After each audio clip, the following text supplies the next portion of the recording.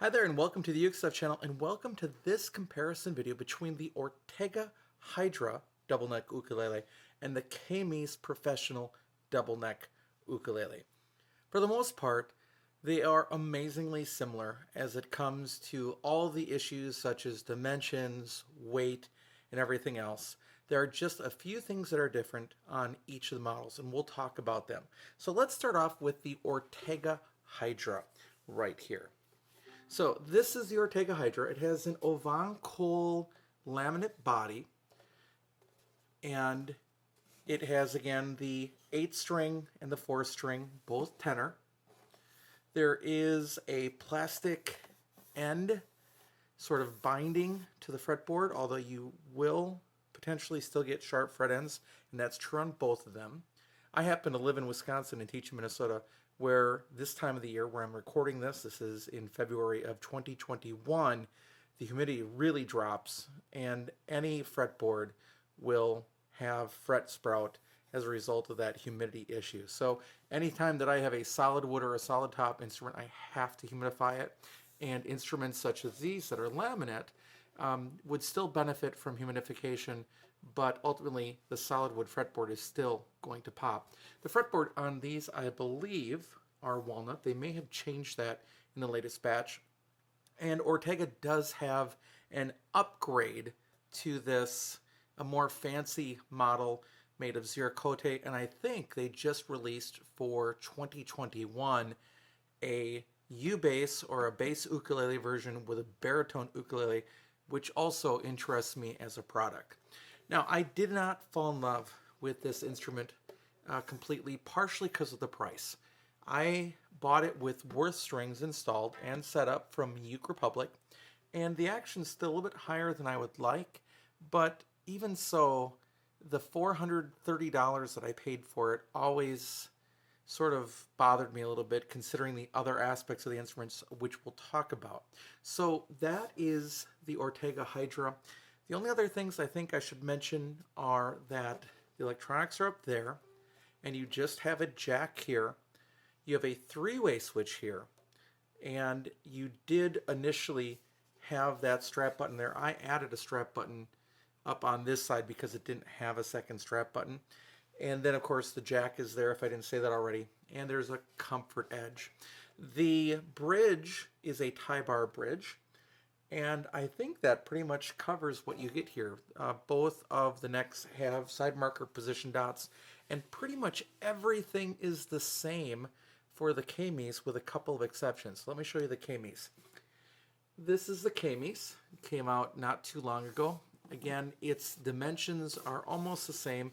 They both have a little bit of a arched back as well. On the Kmise, these controls move down from being up here. The selector switch goes up here, which is the number one negative of the Kmise, I believe. And then your controls are there with the jack, with the batteries. And this one does come with two strap buttons, although the strap button is installed there. There's also that little rope rosette there, and you have a pull-through bridge on these rather than a tie bar bridge, and a maple neck. Again, same issue with a bound fretboard, but again, you will get sharp fret ends as I have as well. So let's compare them category by category. In terms of price, the Hydra is going to cost you $400, and the upgraded models or the fancier models are going to cost even more than that. So $400 right there. The Kmise, right now, as this is being recorded, it's kind of been going up in price a little bit, but as of February 2021, these are selling right now for $170. So $170 versus $400 in price. In terms of accessories, basically you don't get any accessories with either one, with the exception of the case. Now, you don't need a ton of accessories because the electronics on both have a tuner that allow you to tune the strings if you don't have a tuner like this one. I love my Jawum Smart Tuner because it really works well with a 12-string situation. But just to show you these, I'm going to show you the cases first. I'll show you the Ortega. The Ortega does come with the little bit nicer case. The padding is a little bit thicker. The inside is a little bit fuzzier, and you do get 2 Velcro straps to hold the instrument in place while you move around. You do have the Ortega guitars embroidered there. As an ukulele player, I wish it didn't say guitars because this is an Ortega ukulele. And the handle here is really nicely padded, great for carrying, and just standard straps. So of the 2 bags, I think the Ortega is the better bag. But let's take a look at the Kmise bag. You just have a screened-on Kmise. It's not as thick, and you have sort of a nylon-ish sort of interior, not that kind of material, more soft material on the interior. And there are no straps on the inside to hold the ukulele in place. Same general sort of backpack straps. The handle isn't bad, but it also kind of is lopsided here, and it's not as nicely padded. So if you're going to compare the 2 cases, the Ortega does get the nod for the case. Now, in terms of build quality, they're very much identical, and there's only one issue that I have really truly found, and it's on the Kmise, and it's the location of this switch, which incidentally is a 2-way switch instead of a 3-way. So on the Ortega, you can leave the switch in the center, and both pickups are being picked up by the preamp here. On the Kmise, you only have the option of this side or that side. You don't get an option of both at the same time. So for some players that want to do sort of the 2-person playing situation where one person plays one neck and the other person plays the other, and you want both of them amplified at the same time, this will not be the instrument for you. I would also not be surprised to see Kmise move the location of this switch, which again would take away that negative. I would guess that we're going to see that switch go down to the bottom. It just makes sense. So in terms of build quality, pretty much the same all the way around, inside and out, with the only negative being the location of that switch on the Kmise. Now let's talk about appearance. When I originally saw this, I really liked it a lot. And owning it, there's a couple things that didn't grow on me. The oven coil is just kind of plain. It doesn't even have a richness to the wood. So in the photos that I saw, I liked it better in the photos than I did in person.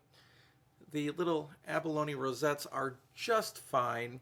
It has sort of a tortoiseshell binding on it, which is just fine. The walnut bridge and so forth, just fine. But the one weird part is they give you this comfort edge on it, which is a great thought. But what I've found is that most of my playing is from down, holding it underneath the instrument almost, to play both, rather than up here.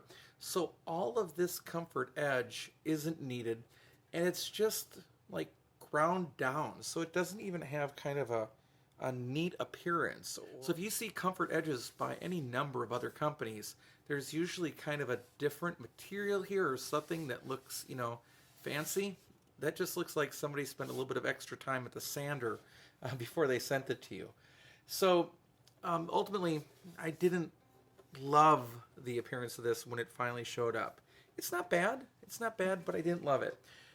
The Kmise I like better, although I would change something here too. And if you've watched both of these reviews of both these instruments, there's a full UKUI review on both of them.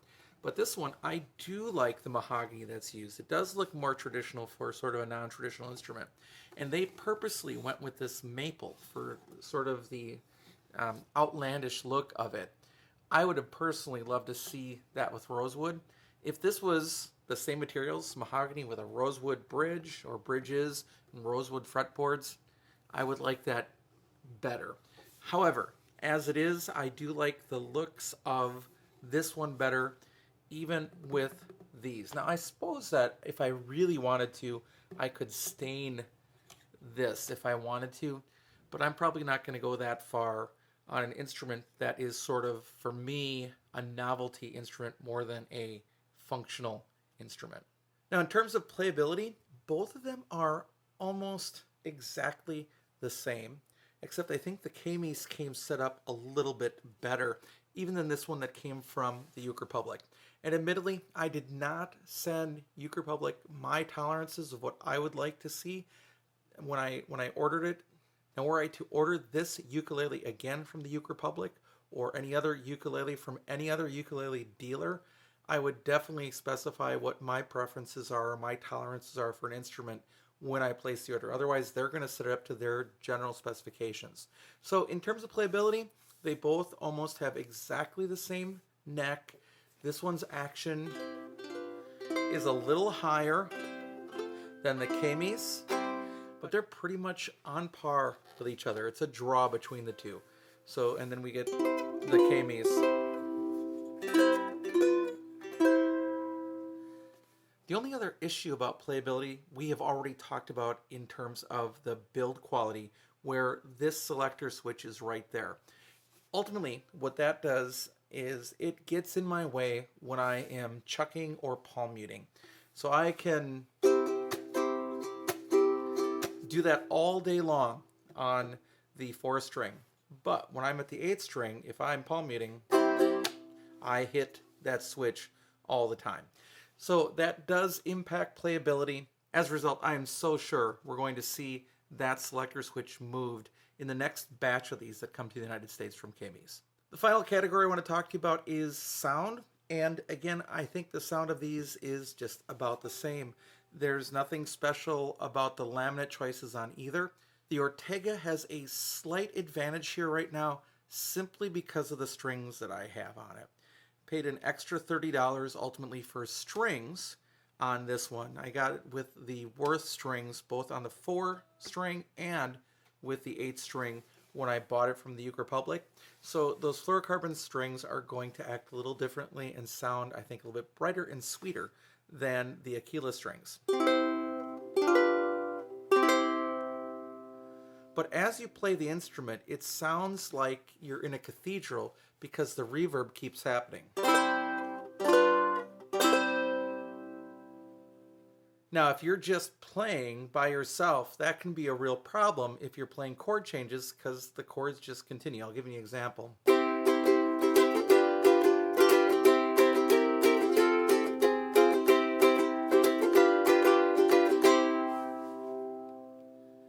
All those chords sort of still keep ringing in the rest of the instrument. So it ends up having sort of an artificial sustain, and that's true on both instruments. Now, if you have a song that you want to play that requires a lot of sustain, it ends up being pretty nice.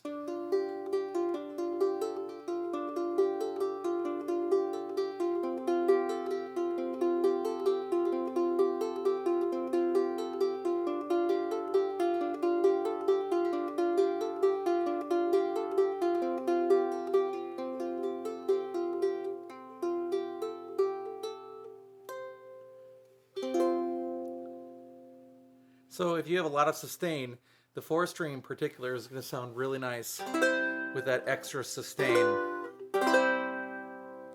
You can do the same thing with the 12 string.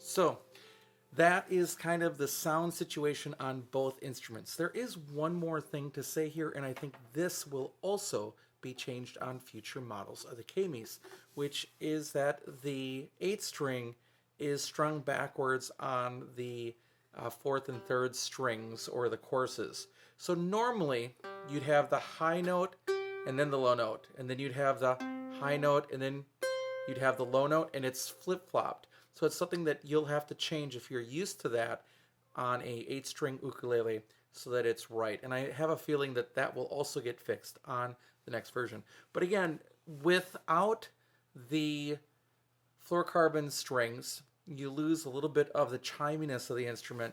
And I am certain that if you swapped out these strings for the Worth strings, you'd get that. But again, same sort of things I was just playing so you can hear it.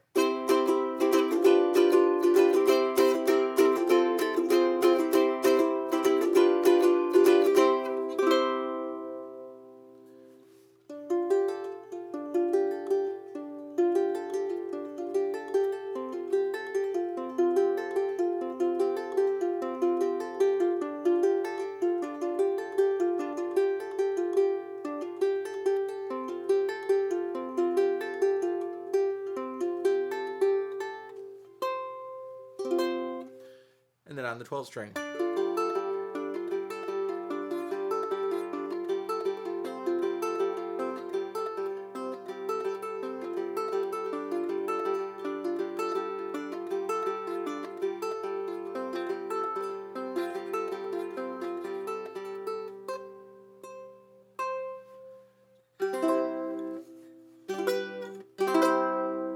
Yeah, it's definitely a different sound, and it is really nice to have both options if you're playing in a group or something. Now, again, I already said these are great instruments as sort of a novelty instrument. With that extra sustain, I think it's hard to make that your only instrument. I think it's hard to make that a primary instrument. I think it has to be an instrument that serves special functions. A situation where a lot of sustain is okay, or a situation where you don't want to bring two ukuleles, but you wanted to bring an 8-string and a 4-string, both in the tenor scale. I think it will be interesting to see what the Ortega's bass slash baritone instrument is like in the near future, but I may wait to see if Kmise does something with that idea as well, having personally bought the Ortega and feeling like the $400 price point didn't justify the instrument as it went. And if you can go back again and look at the full reviews that I did of both. So let's summarize this. In my sort of summary, the Ortega wins in the areas of accessories slightly with a better case. It wins slightly with the toggle switch. And then the Kmise is ahead in price, and I think it's ahead in appearance, even though it doesn't have the comfort edge. And there's sort of a toss-up when it comes to playability and sound, as long as you put different strings on it. So the big overarching question is the Ortega worth $400 compared to the $170 Kmise? Is the Kmise two-way selector switch versus the Ortega three-way selector switch, plus a slightly better case, worth $230 more? My ultimate answer is going to be no, it's not. Ultimately, what I'd love to see is Ortega to rethink the pricing of this model. So for now, the Kmise definitely is the nod. That's the way that I would go. That's where I would spend my money between these two instruments. All right, thanks so much for watching the channel. I hope you're having a great day, and I'll be back soon with some more Uke stuff for you.